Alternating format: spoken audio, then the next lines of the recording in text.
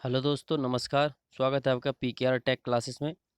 दोस्तों, अब हम लोग देखने वाले हैं आर के राजपूत बुक एमसीक्यूज में बीटावली का चैप्टर करंट इलेक्ट्रिसिटी का पार्ट तीसरा। दोस्तों, ठीक है। तो जिसने भी अभी तक हमारे पार्ट 1 पार्ट 2 नहीं देखे करंट इलेक्ट्रिसिटी के दोस्तों, तो वो हमारे चैनल पीकेआर टेक क्लासेस में जाके देख सकता है। ठीक दोस्तों। और जो भी नए स्टूडेंट हैं वो हमारे चैनल को सब्सक्राइब कर सकते हैं, लाइक एंड शेयर कर सकते हैं। ठीक दोस्तों। तो बढ़ते हैं ऑब्जेक्टिव एमसीक्यूज की ओर। ठीक है दोस्तों, तो पार्ट 2 तक हम लोग 199 क्वेश्चन तक कर चुके थे सॉल्व। अब देखते हैं उसके आगे। तो 100 क्वेश्चन देखते हैं। विच of the following relation is incorrect. इनमें से कौन सा रिलेशन है जो इनकरेक्ट है, मतलब सही नहीं है। तो P बराबर वी आई, ये तो होता है दोस्तों। P बराबर आई स्क्वायर आर, ये भी होता है। एंड P बराबर वी स्क्वायर अपॉन आर, ये भी होता है दोस्तों। तो जो P बराबर वी अपॉन आर स्क्वायर है, ये नहीं होता है। तो ऑप्शन में ये हो जाएगा दोस्तों अपना सी। ठीक है, जो ये गलत है। अगला question. Which method can be used for absolute measurement of resistance. Resistance की एब्सोल्यूट मापने के लिए कौन सा मेथड यूज कर सकते हैं हम लोग।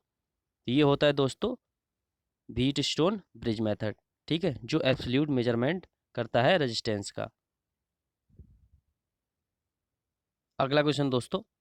तो ये एक फिगर दिया है दोस्तों। तो इसमें जो एल और एम के अक्रॉस है, एल एंड एम के अक्रॉस रेजिस्टेंस पूछेगा, इक्विवेलेंट कितना आएगा दोस्तों। तो ये देखेंगे। तो इसमें देखेंगे दोस्तों, हम लोग अगर इधर से शुरू करते हैं, इस पॉइंट से और इस पॉइंट से, तो ये जो 6 और 14 है, ये दोनों सीरीज में हो जाएगा, तो हो जाएगा 20 ओम दोस्तों। तो फिर ये इस 20 ओम के पैरेलल में हो जाएगा। ठीक है। तो ये 20 और 20 ये पैरेलल में हो जाएगा दोस्तों। तो पैरेलल में 20 और 20 अगर दोनों समान है तो कितना हो जाएगा, आधा होता है। तो आधा बच जाएगा 10 ओम। अब दोस्तों ये 10 ओम एंड ये 10 ओम सीरीज में हो जाएंगे, तो ये दोनों 10 और 10 हो जाएंगे कितने, 20 ओम। अब एल और एम के अक्रॉस जो रेजिस्टेंस बचेगा दोस्तों, ये 20 ओम एंड इसके अक्रॉस लगा है ये 20 ओम। ये हम लोगों का एल और एम पॉइंट। ठीक है, तो ये 20 20 दोनों पैरेलल में है, तो कितना आ जाएगा, 10 ओम इक्विवेलेंट आ जाएगा। ठीक है, ऑप्शन ए इज करेक्ट। अगला क्वेश्चन कि 3 6 ohm resistor are connected to from a triangle, what is the resistance between any two corners. 3 ohm मतलब 6 ओम के 3 रजिस्टर हैं जो एक ट्रायंगुलर में जुड़े हुए हैं। 6 6 6 मान लिया ए बी सी। तो किसी भी दो कॉर्नर के अक्रॉस उसका कितना टर्मिनल होगा, इक्विवेलेंट। तो मान लिया ए और सी के अक्रॉस अगर निकालेंगे, तो ये जब इसके अक्रॉस निकालेंगे तो ये दोनों हो जाएंगे सीरीज में। तो क्या हो जाएगा 12 एंड ये जो 6 होगा ये हो जाएगा पैरेलल में। तो 12 × 6 अपॉन, तो ये कितना आएगा, सॉरी 6 का 18। तो ये आ जाएगा 4 ओम। ठीक है, टू कॉर्नर के इक्विवेलेंट आएगा 4 ओम।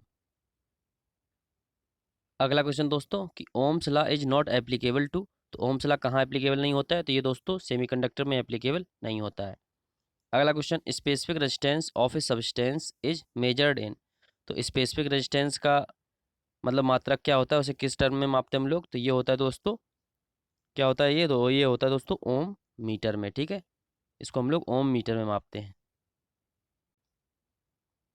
ठीक है दोस्तों, तो अगला क्वेश्चन देखते हैं।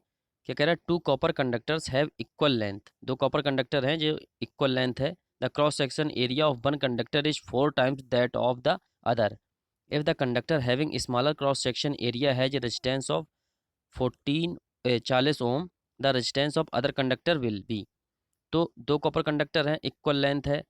तो मान लिया जिसका स्मॉलर क्रॉस सेक्शन एरिया बोल रहा है, तो उसका रेजिस्टेंस जो है वो 40 ओम है। तो मान लिया R1, R1 बराबर हो गया rho L, L upon A1। मान लिया ये A1 एरिया वाला है जो छोटा है, तो ये हो गया मान लिया 40 ओम। इसका क्रॉस सेक्शन एरिया छोटा है।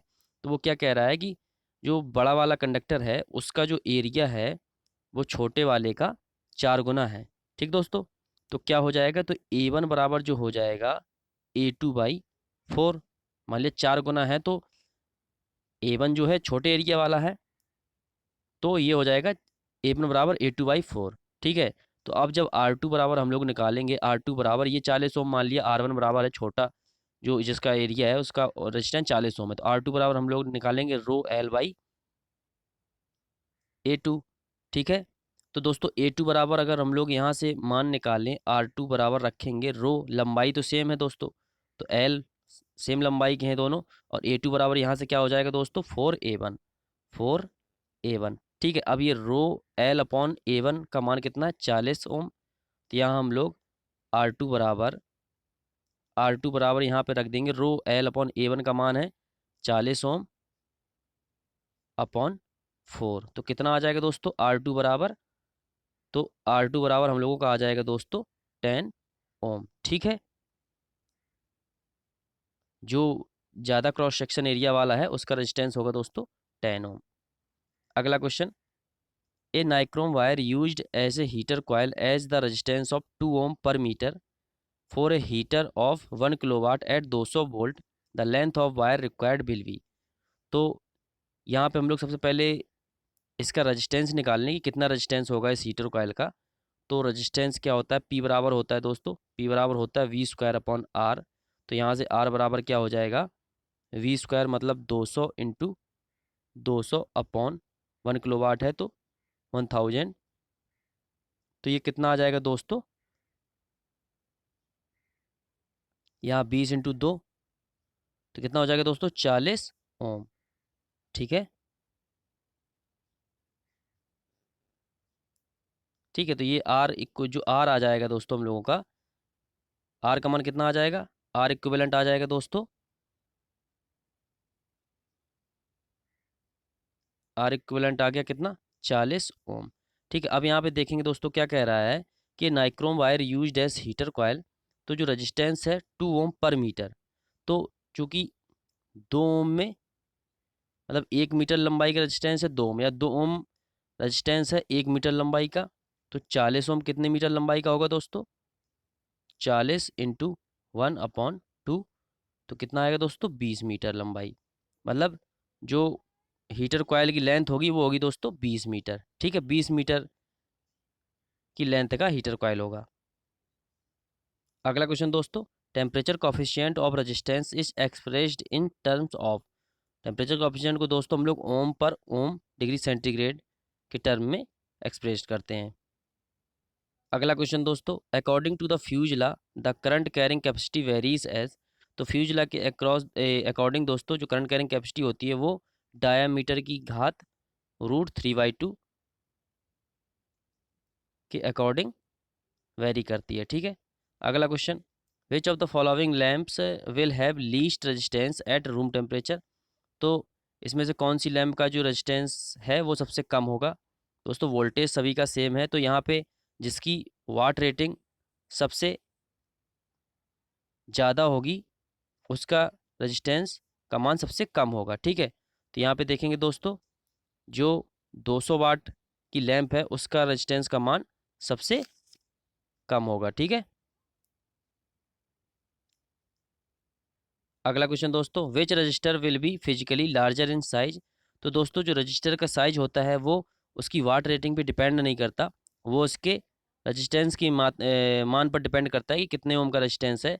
तो जो सबसे कम ओम का रजिस्टेंस होगा उसका साइज सबसे बड़ा होगा। ठीक है, तो क्या होगा इसमें देखेंगे दोस्तों 10 ओम का जो रजिस्टेंस है वो साइज में सबसे बड़ा होगा।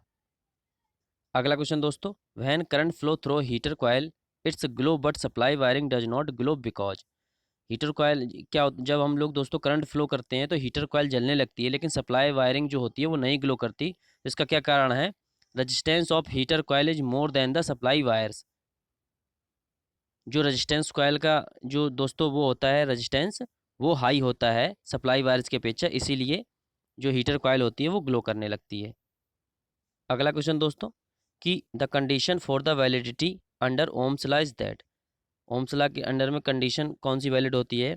तो इसके लिए दोस्तों resistance must be uniform, resistance uniform होना आवश्यक है। अगला question, which of the following statements is correct. इनमें से कौन सा कथन सत्य है। A semiconductors is a material whose conductivity is same as between that of conductor and insulator. तो जी दोस्तों ऑप्शन ए जी करेक्ट है कि उसकी जो कंडक्टिविटी होती है सेमी कंडक्टर की वो कंडक्टर और इंसुलेटर के बीच में होती है। अगला क्वेश्चन दोस्तों, a rheostat differs from potentiometer in the respect that it. तो क्या होता है दोस्तों, ये होता है हैज हायर वाटेज रेटिंग। ठीक है, अगला question, the weight of an aluminium conductors as compare to a copper conductor of identical cross section for the same electrical resistance is. तो दोस्तों एल्यूमिनियम कंडक्टर का रेजिस्टेंस क्या होगा, सॉरी वेट क्या होगा कंपेयर टू कॉपर कंडक्टर के, अगर cross section area same हो और इलेक्ट्रिकल रेजिस्टेंस, तो जो वेट होगा दोस्तों वो 50% ज़्यादा रहेगा कॉपर कंडक्टर से। ठीक है, अगला क्वेश्चन दोस्तों, an open resistor when checked with an ohm meter reads. अगर एक ओपन रजिस्टर को हम लोग एक ओम मीटर से चेक करेंगे तो वो दोस्तों हम लोगों को क्या रीड्स करके देगा, वो देगा दोस्तों इनफाइनाइट। ठीक है, उसकी रीडिंग इनफाइनाइट होगी। अगला question, are the materials having electrical conductivity much less than most of the metals but much greater than that of typical insulators. तो ये दोस्तों कौन से मटेरियल होते हैं, इनको कहते हैं दोस्तों सेमीकंडक्टर, जिनकी कंडक्टिविटी इंसुलेटर एंड कंडक्टर्स के बीच में होती है। ठीक है, अगला क्वेश्चन दोस्तों, all good conductors have high. जो गुड कंडक्टर्स होते हैं उनकी कंडक्टेंस जो उनका होता है वो बहुत हाई होता है। अगला question, voltage dependent resistors are usually made from. जो वोल्टेज डिपेंडेंट रजिस्टर्स होते हैं वो यूजुअली दोस्तों सिलिकॉन कार्बाइड के बने होते हैं। अगला क्वेश्चन दोस्तों, voltage dependent resistors are used for inductive circuit to suppress surge या as heating element as current stabiliser. तो जो वोल्टेज डिपेंडेंट रजिस्टर होते हैं दोस्तों वो अक्सर टू सप्रेस सर्ज के लिए यूज करते हैं।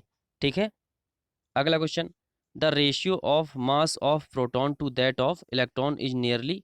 तो ये दोस्तों होता है 1840। तो एक कोई भी 1840 ये वाला मान लेंगे 1840। अगला question, the number of electrons in the outer most orbit of carbon atoms is.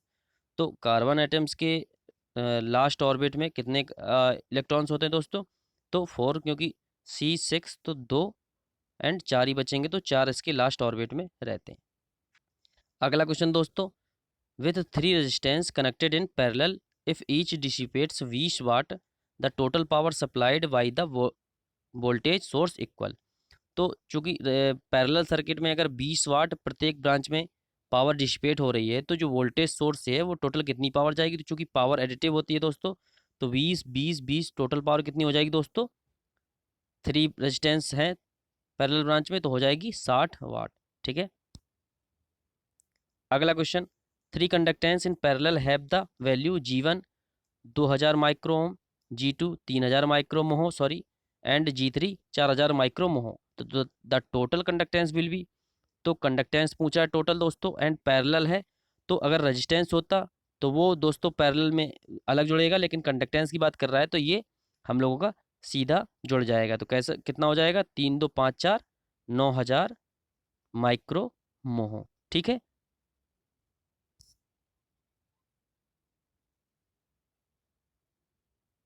अगला क्वेश्चन, ए थर्मिस्टर है। तो एक थर्मिस्टर जो होता है दोस्तों वो नेगेटिव टेम्परेचर कोफिशिएंट रखता है। ठीक है, थर्मिस्टर का जो टेम्परेचर कोफिशिएंट होता है वो नेगेटिव होता है। अगला question, if I R and T are the current, resistance and time respectively, then according to Joule's law heat produced will be proportional to। तो जो हीट होती है वो दोस्तों I स्क्वायर आर टी के प्रोपोर्शनल होती है। Option A is correct. अगला क्वेश्चन दोस्तों, nichrome wire is an alloy of. तो नाइक्रोम वायर किसका एलॉय होता है, ये होता है दोस्तों निकेल एंड क्रोमियम का। अगला, when A voltage of 1 volt is applied a circuit allows 1 micro ampere current to flow through it, the conductance of the circuit is। तो दोस्तों वोल्टेज कितना दिया है 1 वोल्ट एंड जो करंट है आई वो दी है दोस्तों कितनी 1 माइक्रो एम्पियर, का मतलब 10 to the power minus 6 ampere. ठीक है, तो हम लोग यहाँ से V बराबर अगर आई आर लगाएंगे तो यहाँ से V कितना है 1 and 10 to the power minus 6 equal to R। ठीक है, तो R बराबर कितना आया दोस्तों हम लोगों का 10 to the power 6 ओम। ठीक है, तो अब कंडक्टेंस क्या होता है दोस्तों, ठीक है, तो ये आ गया दोस्तों रेजिस्टेंस। तो रेजिस्टेंस का उल्टा क्या होता है हम लोगों का कंडक्टेंस। तो कंडक्टेंस हम लोग दोस्तों निकालेंगे, जो कंडक्टेंस होता है वो होता है 1/R। तो कितना आएगा 10 to the power minus 6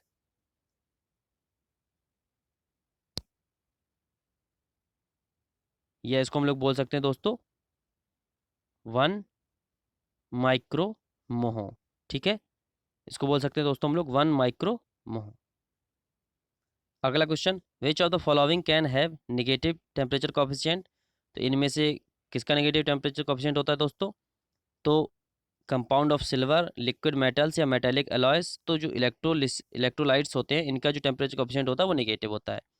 अगला क्वेश्चन, कंडक्टेंस का मोह। तो इसमें जो दिए हैं रिलेशन उनमें से कौन सा इसमें साथ में समानुपात में आएगा?